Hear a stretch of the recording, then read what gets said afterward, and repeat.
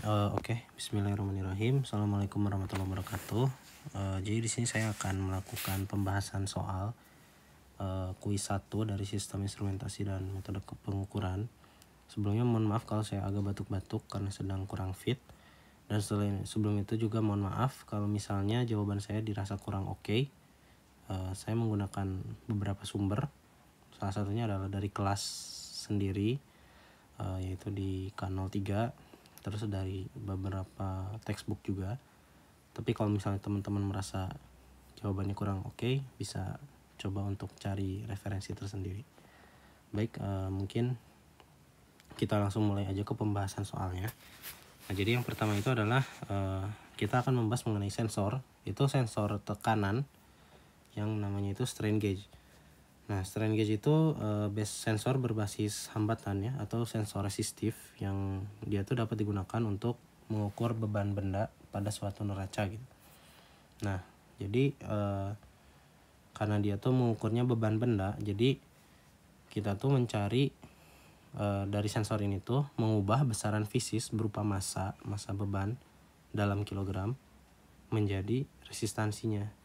Resistansinya ini tuh adalah outputnya gitu, yang nantinya bakal kita ukur. Nah, untuk gambar di samping ini adalah kurvanya, kurva dari hambatan terhadap beban untuk ada dua jenis sensor gitu, ada strain gauge A dan B gitu ya, ada dua, ada yang A, ada yang B. Nah, kita coba bahas dulu yang nomor 1 untuk bagian A-nya.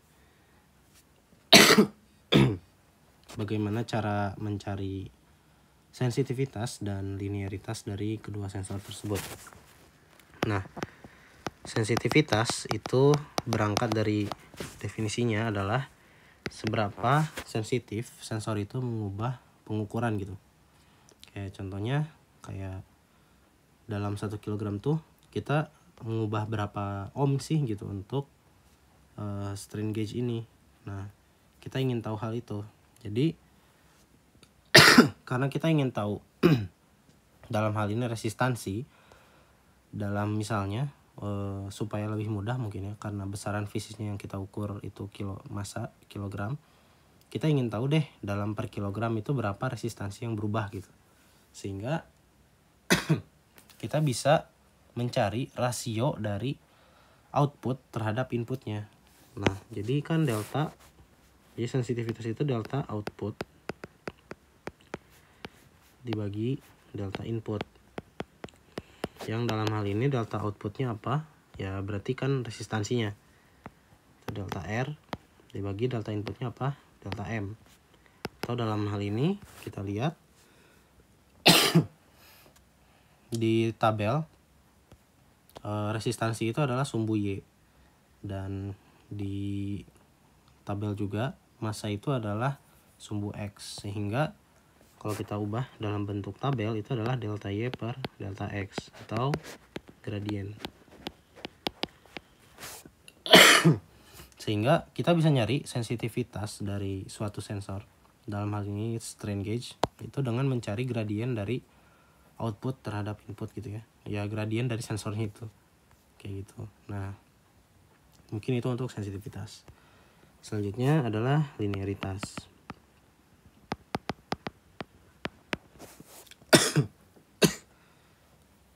Dari definisinya, linearitas itu kan seberapa linear sih gitu antara besaran yang terukur, yaitu massa di sini, menjadi besaran yang dikonversi, yaitu resistansi. Apakah dia lurus berbanding lurus atau berbanding terbalik dan sebagainya. Ini kita cari dengan sederhananya adalah regresi. Dengan regresi linear aja kita bisa dapat hubungan linearitasnya kayak gitu. Jadi kita udah menjawab untuk bagian A gitu. Nah, lalu yang B, kita diminta untuk mencari akurasi dan presisi. Nah, mungkin kembali lagi berangkat dari namanya akurasi. Kalau akurasi itu mungkin lebih ke seberapa dekat sih gitu dari besaran yang kita ukur itu dengan teorinya gitu, dengan yang seharusnya. Contohnya gini, misal kita ngukur besar di suhu ruangan itu 25 derajat Celcius kan secara teori. Tapi bisa jadi bisa jadi aktualnya itu justru bukan 25 derajat Celcius tapi 25,1 derajat Celcius. Ya, ini adalah aktualnya misalnya. Berarti kan ada galat ya, ada error gitu. Nah, sehingga kita bisa nyari akurasi itu sebetulnya berdasarkan ketidakakuratan, inaccuracy gitu ya. Nah, atau kita singkat sebagai I gitu. I itu apa? Ya berarti itu galatnya gitu. Kan galat itu kita tahu bahwa galat itu adalah aktual besar atau terukur ya. Besaran yang kita ukur dikurangi teori yang seharusnya berapa dibagi dengan teori, lalu kita kalikan 100%. Kayak gitu. Nah, dalam konteks yang temperatur tadi, ini misalnya pada termistor gitu ya, yang kita pakai di lab LK sehari-hari, aktualnya itu 25,1 derajat Celcius dikurang teorinya 25 derajat Celcius dibagi teorinya 25 derajat Celcius. Kita bakal dapat 0,1 dibagi 25 kali 100%. Ini adalah inaccuracy-nya, ini ketidakakuratannya ya, ingat.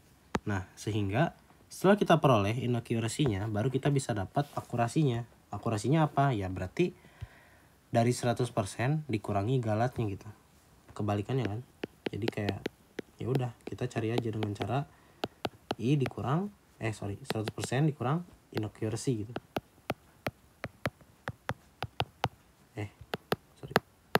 Dikurang I ya sama dengan titik-titik persen kayak gitu. Jadi itu untuk cara mencari akurasinya gitu. Nah, selanjutnya untuk presisi. Presisi itu secara definisi seberapa konsisten gitu ya, konsistensi. Nah, karena dia konsisten, jadi seharusnya data yang diperoleh itu memiliki apa ya, istilahnya perbedaan yang kecil juga. Jadi semakin kecil dia semakin presisi atau semakin konsisten kan perbedaannya ya, perbedaan yang semakin kecil. Nah, perbedaan ini tuh bisa kita lihat dari persebaran data kan. Ketika kita mengukur data misalnya nanti bakal ada persebaran dari data tersebut. Nah, ini tuh kita bisa ukur dari presisi ini adalah secara rumus, langsung aja mungkin 1 dikurang standar deviasi dibagi nilai rata-ratanya.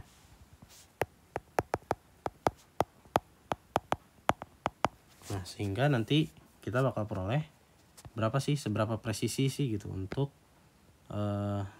dari sensor yang kita pakai gitu. Kayak gitu. Oke, untuk A sudah, B sudah, mungkin kita ke C aja. Jadi di C ini ada strain gauge A digunakan pada neraca tipe 0. Dan sedangkan strain gauge B itu digunakan pada neraca tipe defleksi. Jelaskan perbedaan prinsip pengukuran pada kedua neraca ini serta kelebihan dan kekurangannya masing-masing. Mungkin kita bahas dulu yang strain gauge A, yang A. Nah, untuk strain gauge A itu dia tipe 0 kan. Yang A itu tipe 0. Nah, tipe 0 itu apa sih sebenarnya? 0 ini tuh sebetulnya dia tuh merujuk pada kesetimbangan gitu. Jadi pada awalnya kan kita, jadi di sini kita pasti menggunakan Wheatstone bridge. Nah, misalnya ada Wheatstone bridge kayak gini.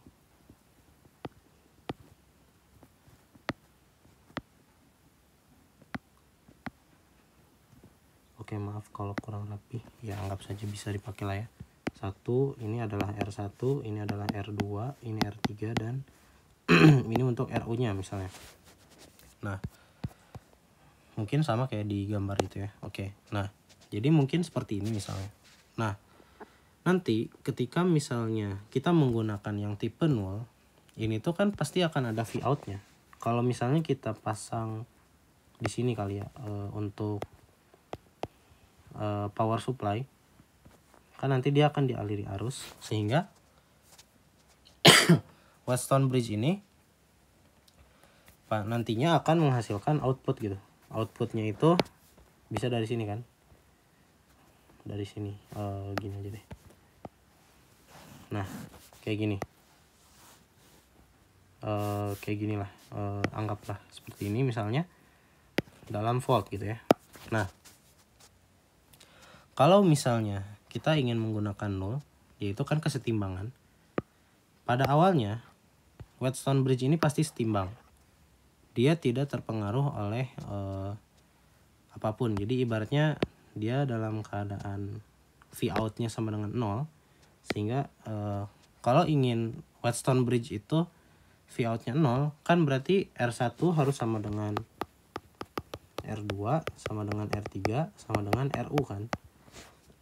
Tapi RU ini kan variabel, dan untuk U ini strain gauge ini umumnya bisa 120 ohm gitu. Untuk ada istilahnya namanya hambatan nominal. Jadi hambatan nominal itu ketika strain gauge-nya tidak dikenai apa-apa gitu. Jadi hambatan dalam dari material yang digunakan pada strain gauge di awal-awal, sehingga terukurnya tuh hambatannya seperti itu. Nah itu bisa 120 ohm, bisa 350 ohm, kalau nggak salah ya bisa juga 1000 ohm. Nah itu tuh tergantung sama jenis dari strain gauge yang kita pakai kan, dari materialnya. Sehingga ya mungkin kita asumsikan aja 120 ohm, misalnya 120 ohm gitu ya, semuanya sama. Nah suatu saat itu diberikanlah massa gitu, beban. Nantinya RU ini akan berubah kan, ya sebesar delta R. Delta R yang nantinya tuh dia berubahnya terhadap berdasarkan nilai sensitivitasnya gitu, berapa setiap massa, setiap per kilogramnya. Nah otomatis ketika nantinya dia bertambah atau berkurang, misalnya harusnya bertambah sih ya, tapi ya anggap aja tambah kurang. Nah nanti V outnya tuh berubah, dia nggak akan 0 volt kan, sehingga nanti bakal ada perubahan sekitar berapa volt mungkin. Misalnya kalau tanpa penguatan mungkin milivolt, sangat kecil ya, karena resistansi yang berubahnya pun sangat kecil tanpa ada penguatan. Jadi mungkin 0, sekian milivolt ya, atau 3, atau 2,5 milivoltan lah ya. Nah itu nantinya dia harus gimana caranya supaya, karena ini tipe 0, dia harus kembali setimbang gitu, tanpa adanya defleksi. Jadi kita nggak pakai defleksi, kita nggak pakai regangan, tapi kita ingin gimana caranya supaya dia tuh kembali lagi ke posisi awal. Jadi materialnya tuh tetap tidak terganggu gitu. Ya otomatis kita harus kasih gaya yang sama dong, sehingga nanti bakal ada ya gaya feedback atau apa ya istilahnya. Pokoknya ada gaya timbal balik lah, sehingga mungkin bisa dibilang namanya gaya pembanding ya, gaya pembanding yang nilainya tuh sebanding dengan yang gaya diberikan gitu. Misalnya pakai servo gitu ya, servonya menerima tegangan, dan servo itu akan mengembalikan tegangannya sebesar tegangan yang diterima, sehingga nanti gaya yang diberikan itu akan sama dengan gaya yang diterima lagi gitu, kayak gitu. Nah servo dipasang misalnya di jembatan Wheatstone, di outputnya nanti ketika gaya terdeteksi, misalnya kita servonya sambungin ke pegas gitu ya, atau massa yang udah dikalibrasi gitu, nanti servo akan memberi gaya sebanding, sehingga nanti kita bakal tahu outputnya itu. Misalnya ketika servonya bergerak misalnya ke pegas atau ke sebuah massa, itu ada dinamometer yang dipasang. Nah itu adalah gaya yang kita ukur. Jadi nanti kita bisa mengukur massanya itu dari dinamometer, atau misalnya apapun yang lainnya gitu ya, alat ukur lainnya, sehingga kita menggunakan prinsip dari hukum Newton 3 sebetulnya. F aksi sama dengan min F reaksi ya, kayak gitu. Nah jadi karena dia tuh menggunakan konsep dari aksi reaksi, jadi harusnya tuh dia lebih akurat gitu, karena nantinya material yang digunakan dalam strain gauge ini dia tetap dalam bentuk yang sama gitu. Kalau diberi regangan kan dia bakal ada defleksi gitu kan. Nah, kalau yang ini tuh enggak, jadi dia tuh terukur dari pengukur lain ya, misalnya dinamometer atau apapun, sehingga jadi nggak ada defleksi residual gitu. Defleksi residual itu apa? Nah, refleksi ini tuh adalah bahan yang rusak gitu akibat defleksi terus menerus. Walaupun memang nggak rusak total, tapi kalau bahannya ya istilahnya cacat gitu ya, dia kan pasti akan berubah gitu si hambatan awalnya, nggak kayak awal lagi. Nah, sedangkan pada tipe 0 ini dia seperti itu. Kayak gitu. Jadi itu kenapa kita menggunakan tipe 0 gitu. Umumnya seperti itu. Nah, untuk yang kedua itu adalah tipe apa ya tadi? Oh ini, defleksi ya. Nah, defleksi. Oke. Sorry, agak loading. Nah, oke, untuk tipe defleksi ini sebetulnya lebih ke kita menggunakan si plat untuk strain gauge ini secara langsung. Ya istilahnya di RU ini kita berikan dia kan massa ya. Nah, massa kita akan berikan dia massa sehingga nantinya tuh si massanya itu akan mengakibatkan adanya regangan gitu. Regangan yang menghasilkan perubahan resistansi. Jadi sifat materialnya strain gauge itu ketika dia diberi tekanan dia mengubah resistansinya gitu. Makanya kita bisa tahu secara langsung. Kalau misalnya yang tipe defleksi kan dia nggak ngebalikin kesetimbangan, tapi dari regangannya gitu, dari regangan yang diterima oleh materialnya kayak gitu. Nah, mungkin kelebihan dari defleksi ini sebetulnya dia karena sederhana sih. Ya mungkin karena dia sederhana jadi ya kita bisa bikin dengan mudah gitu. Dibandingkan dengan yang tipe 0 ya. Kalau tipe 0 kan kita mungkin lebih ribet dan lebih mahal mungkin. Tapi untuk tipe defleksi ya itu lebih sederhana aja. Nah, kekurangan dari tipe defleksi ini mungkin adalah yang meninggalkan yang defleksi residual tadi. Sehingga kalau kita gunakan dalam jangka waktu yang cukup lama itu bisa menyebabkan bahannya rusak gitu sampai akhirnya nggak bisa dipakai lagi gitu. Nah, itulah yang menyebabkan tipe tipe defleksi itu mungkin lebih standar ya. Mungkin ya istilahnya karena ada harga ada barang ya. Jadi untuk yang tipe B itu tipe defleksi dia mengukur langsung gitu ya. Dia mengukur langsung perubahan resistansinya gitu. Nah, jadi itu sih kurang lebih untuk kelebihan dan kekurangannya. Nah, itu untuk strain gauge A dan B pada neraca ini. Kurang lebih seperti itu. Oke, mungkin kita lanjut aja ke yang nomor 2. Nah, di nomor 2 ini ada strain gauge B yang pada soal 1 itu kita gunakan dalam neraca tipe defleksi. Nah, dengan rangkaian pengondisian sinyalnya seperti pada gambar di samping. Strain gauge B ini dipasang ke rangkaian sebagai hambatan RU dengan nilai V inputnya itu 5 volt. Nah, yang pertama kita disuruh menuliskan persamaan tegangan pada titik B dan D. Pada titik BD ya. Nah, berarti dari sini ke sini ya berarti. Oke. Nah, sebagai fungsi dari RU. Oke.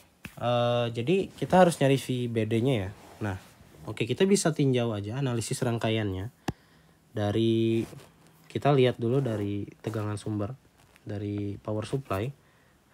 Nah, dia memberikan sebuah arus yang nantinya arus ini bakal terpecah menjadi 2. Misal sebut aja ini I1 dan ini I2 gitu. Nah, nantinya kita bisa ukur berapa I1 berapa I2. Oke, mungkin di bawah sini semoga cukup ya. Nomor 2 untuk yang bagian A. Nah, kita dapat I1 ini tuh dia masuk ke ABC gitu kan. Berarti kita bisa hitung dari hukum Ohm. Ya, hukum Ohm itu kan V sama dengan I dikali R. Berarti I itu apa? Ya V dibagi R kan. Nah, berarti I1 itu sama dengan V. V-nya itu apa? Ya tegangan sumbernya kan. Berarti V input dibagi R. R di sini tuh untuk yang arusnya sama itu R1 dan R2. Jadi R1 plus R2 gitu. Nah, sedangkan I2 itu V-nya sama ya. Tegangannya sama. Dari sumber yang sama. Nah, ini tapi I2 ini dia melewati R variabel U dan ke R3 sehingga kita jumlahkan aja RU plus R3. Seperti itu. Oke. Nah, selanjutnya kita bisa tinjau berdasarkan tegangan. Dari sini kita bisa tahu I1 itu menuju ke sini kan berarti. Ini juga I1. Nah, ini I2. Jadi untuk I1 dia melewati ABC sehingga kita bisa dapat V ABC-nya. Nah. Sorry. Daripada nyari V ABC-nya mungkin langsung aja kali ya. Kita bisa langsung cari aja V AB-nya aja. Kan nanti kita nyari V BD ya. Berarti kita bakal nyarinya dari jalur V BA dan V AD gitu. Ya udah, kita nyari aja langsung V AB-nya.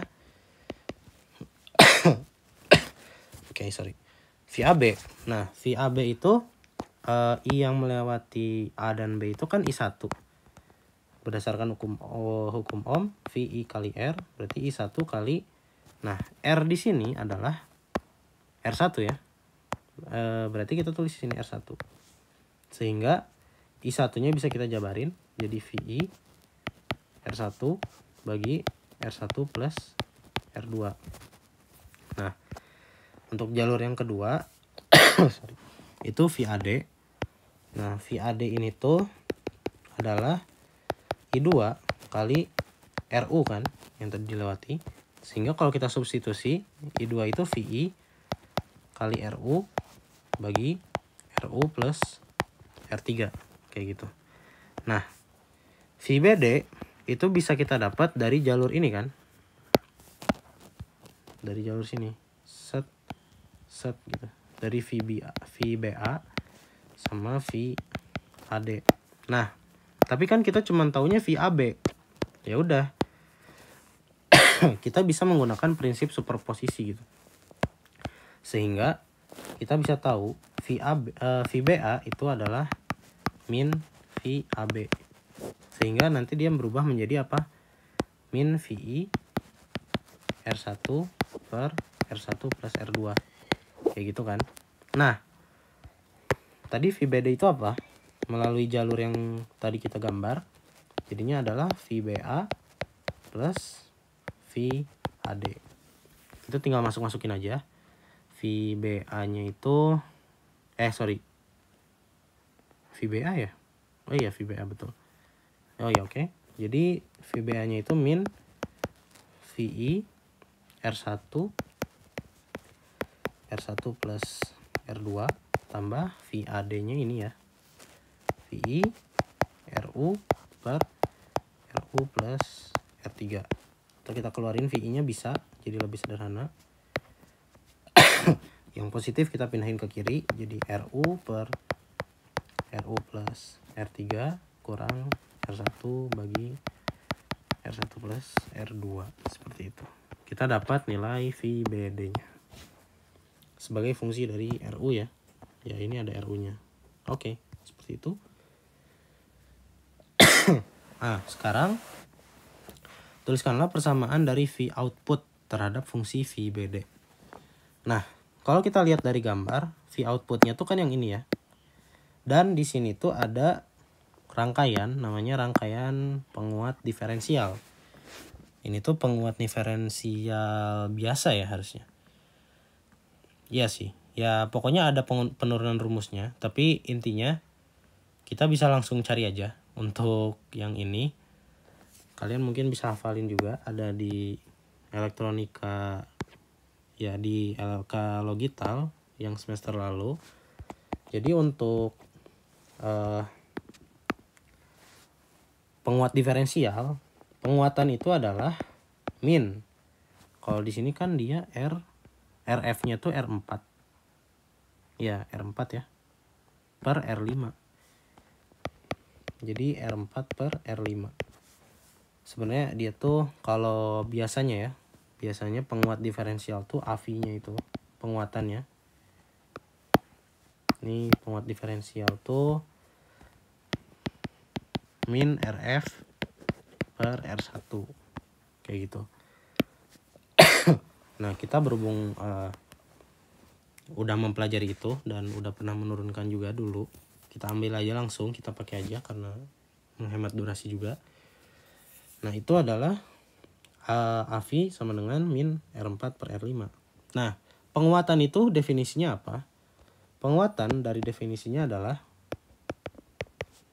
V output dibagi V input.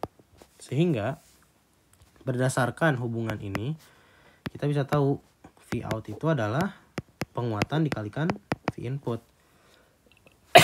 Nah, kita udah tahu penguatannya itu min R4 per R5. Dan kita tahu di sini dari penguat diferensial ini inputnya adalah ini kan, output dari sini, dari D ke sini, B ke sini. Nah, biasanya kan kita ukur di sini ya, pakai misalnya ya tadi voltmeter, terus di sini gitu kan. Kali ini kita pasang dari dua input ini, sehingga nantinya dia V output dari sini itu menjadi V inputnya penguat diferensial ini. Nah, sehingga kalau kita lihat lagi, ini kan sebetulnya udah V output dari jembatan Wheatstone ya kan, VBD ini, yaitu yang ini berarti. Artinya kita bisa langsung masukin aja itu ke V input yang di sini. Dan AV-nya kita tahu itu ini kan. Sehingga nanti kita bakal dapat persamaan terakhirnya itu kayak begini. Nah, V output itu adalah AV-nya. AV itu tadi min R4 per R5 dikali V input. V inputnya itu kan kali VI dulu ya. VI terus RU per RU plus R3 dikurang R1 per R1 plus R2 kayak gitu. Kita dapat apa ini namanya, tuliskan persamaan, oh ya, persamaan VO terhadap VBD ya, ya pokoknya kayak gitulah. Jadi dia menjadi seperti ini, seperti itu. Oke. Ini yang B. Terakhir yang C. Nah, tentukan nilai R1, R2, R3, R4, dan R5 agar tegangan keluaran VO itu berada pada rentang 0 sampai 5 volt untuk beban 0 sampai 200 kg. Nah, ini sebenarnya kita nggak tahu spesifikasinya gimana kan untuk sensor ini. Jadi kita bisa bikin asumsi aja. Nah, kita asumsikan gitu, strain gauge ini tuh, strain gauge ini tuh, jadi strain gauge itu punya yang namanya gauge factor. Nah, jadi untuk yang C ya, 2C berarti ya 2C itu strain gauge itu punya spesifikasinya misalnya sebagai berikut. Asumsikan, oke. Kita asumsikan spek dari sensor adalah misal ya, dia tuh R dari nominalnya 120 ohm. Terus apa lagi ya? Oh ya, kita mungkin nanti kita definisiin. Tapi kita asumsikan gauge factornya itu 2. Terus kita asumsikan lagi apa ya? Mungkin ininya aja deh. Regangannya ya. Nah, regangannya itu kita asumsikan 100 mikro regangan per 10 kg. Ini tuh dia tuh spesifikasi ini tuh spesifikasi dasar gitu, spesifikasi yang basic untuk strain gauge gitu. Biasanya kayak gini. Atau mungkin ada spesifikasi lainnya. Nah, karena kita udah dapat ini, nah kita tuh sebetulnya bisa mencari delta R atau perubahannya, atau ya dia berubahnya sebanyak berapa gitu dari hubungan dari gauge factor ini. Gauge factor itu didefinisikan dari delta R dibagi R tetap dibagi epsilon sama dengan, kan dalam yang kita asumsikan itu 2 gitu ya. Nah, epsilon di sini tuh kan regangan ya. Regangan tuh ya tegangan modulusnya. Jadi F per A S dibagi E. Dan kita asumsikan tadi 100 mikro epsilon per 10 kg. Kayak gitu ya. Oke. Nah, karena kita udah dapat ini, berarti dalam per kilogramnya itu dia adalah, kita coret aja ya berarti. Jadi 10 mikro epsilon per kilogram. Kayak gitu. Oke, nah karena kita udah dapat ini, kita bisa peroleh nilai delta R-nya dari hubungan yang tadi. Nah, dari yang ini. Kita bisa cari delta R adalah ketikkan gauge factor kali epsilon kali R ya. Kali R. Sehingga nanti dia menjadi, ini sebenarnya udah aku hitung, itu kurang lebih 0,0024 ohm per kilogram gitu. Nah, ini jadi kecil banget ya. Jadi delta R-nya itu kecil banget, sehingga otomatis karena delta R-nya sangat kecil, kan tadi kita tahu RU itu, ini udah kita definisiin belum ya? Belum ya? Karena RU itu kan oke, jadi ini R normalisasi, sorry. Ini R nominalnya. R nominal itu kan ketika dia tanpa ada regangan saat setimbang, sama sekali belum dikenai beban. Nah, berarti delta R itu R nominal plus minus dari plus minus bukan gitu, sorry RU-nya. Nah, RU yang variabel di jembatan Wheatstone ini, yang ini ya, berarti itu adalah R nominal plus minus delta R, kayak gitu. Oke, kita lanjut. Nah, tadi kita udah dapat hubungan bahwa RU tuh ternyata R nominal plus minus delta R. Dengan delta R-nya tuh yang sangat kecil tadi kan. R nominalnya kita asumsikan tadi di awal tuh 120 ohm. Dan delta R-nya tuh 0,0024 ohm ya. Per kilogram. Nah, dengan hubungan ini sebetulnya kita bisa cari supaya si jembatan Wheatstone-nya setimbang, berarti kan ininya sama dengan 0 kan, saat belum ada beban. Ya, berarti kita bisa cari R1 itu sama dengan R2 sama dengan R3 itu sama dengan RU, yaitu 120 ohm. Nah, berarti kita udah menjawab nih. Saat R1, R2, R3-nya itu supaya biar dia setimbang, ya pakai yang sama dengan R nominalnya. Jangan RU deh, R nominal aja deh. Kan ini R nominal ya. Oke. Nah, maka sekarang kita bisa nyari dulu V out itu tadi apa? Penguatan min R4 kali R5 kali VI. V inputnya berapa? Kita asumsikan, tambah asumsinya ya. Ya, asumsi yang sederhana, V input itu 5 volt, V referensi. Ya, biasanya kita akan ngasih 5 volt ya. 5 volt. Nah, terus kita kasih di sini tadi apa ya rumusnya? RU ya. RU per RU plus R3. Ya, jadi RU-nya langsung aja kali ya. Atau boleh kita tulis ulang. RU plus R3 R1 plus R2. Nah, kurang lebih bakal kayak gini. Berarti kan dia dari rentang berapa nih? Dari rentang 0 ya, 0 sampai 200 kg. Dari 0 sampai 200 kg. Saat 0 kg, RU-nya kan berarti 120 kan.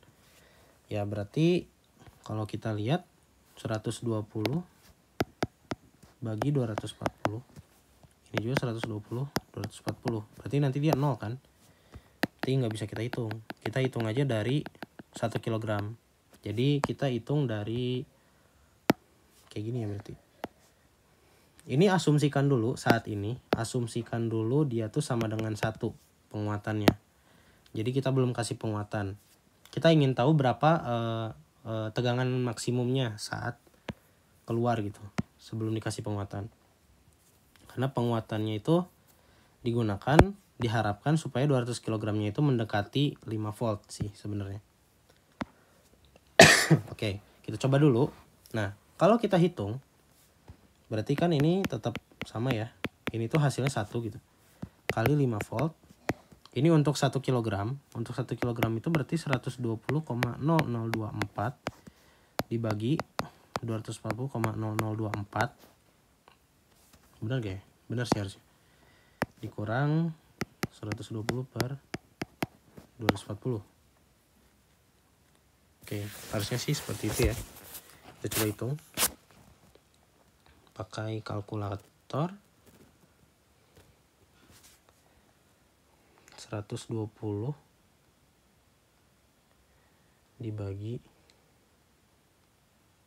ya pokoknya 0,5 sekian lah ya.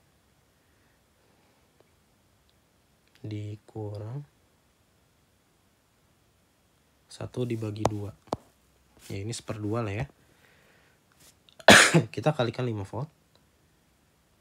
Nah, kita dapat V out-nya itu, kan ini sama dengan 1 ya. Kita belum hitung R4 per R5. Jadi ini min 2,5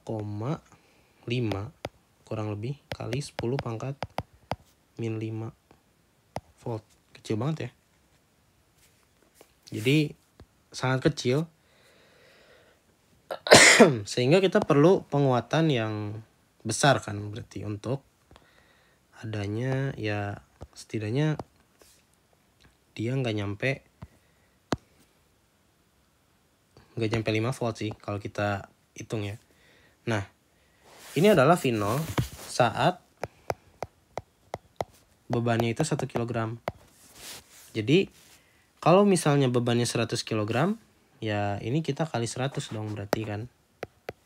Nah, yang ini kita kali 100. Berarti kita bakal peroleh. Oke, langsung aja hitung kali ya.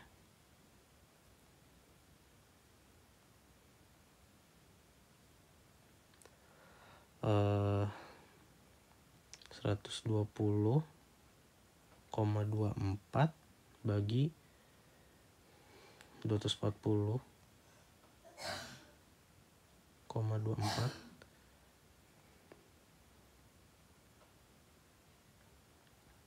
kali 5 volt.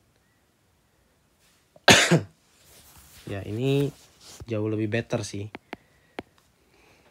Walaupun enggak juga sih sebenarnya. Jauh sih. Min 2,5 kali 10 pangkat min 3 volt. Nah, ini tuh saat 100 kg. Rentangnya 200 kilo ya. Oke, nggak apa-apa lah.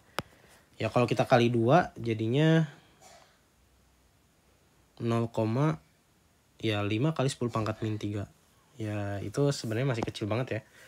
Nah berarti kita perlu penguatan supaya si tegangan ini, berarti saat 200 kilo ya, kita cari dulu. Ya ini kali 2 aja berarti min 5 kali 10 pangkat min 3 volt. Ini saat 200 kg. Nah, karena yang diharapkan adalah saat maksimumnya 200 kilo itu 5 volt, ya udah kita perlu untuk menghilangkan ini kan 10 pangkat min 3. Ya berarti kira-kira berapa sih penguatannya? Ya kita bisa langsung tebak 10 pangkat 3 kan, berarti supaya bisa ngilangin 10 pangkat min 3.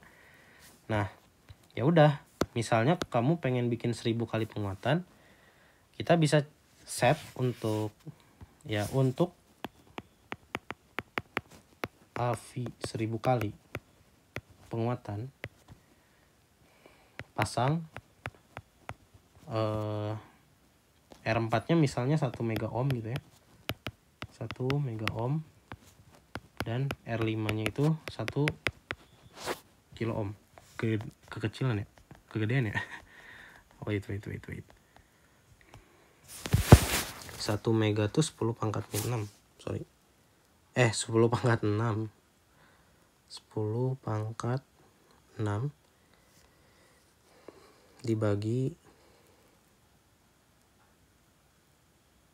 oh ya oke, 1 mega, bener sih bisa 1 mega ohm, dan R5 nya 1 kilo ohm. Nah, jadi nanti kalau kita hitung, maka nanti V out-nya itu saat dia 200 kg, ini bakal kita peroleh min 1 mega ohm. 1 mega ohm itu 1 kali 10 pangkat 6 ohm dibagi 1 kali 1000 ya. 1000 itu 1 kali 10 pangkat 3 ohm kali VI 5 volt.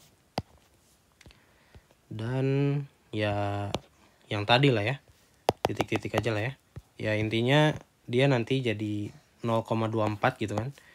120,24 bagi 220,24 kurang 120 per 240. Nah ini karena nanti dia bakal menghasilkan 10 pangkat 3, ini akan mencoret yang ini, sehingga nanti tegangan maksimum untuk 200 kilo ohm untuk 200 kg itu adalah min 5 volt. Ini 200 kg. Sehingga kita peroleh untuk R1, kita tulis ulang aja ya.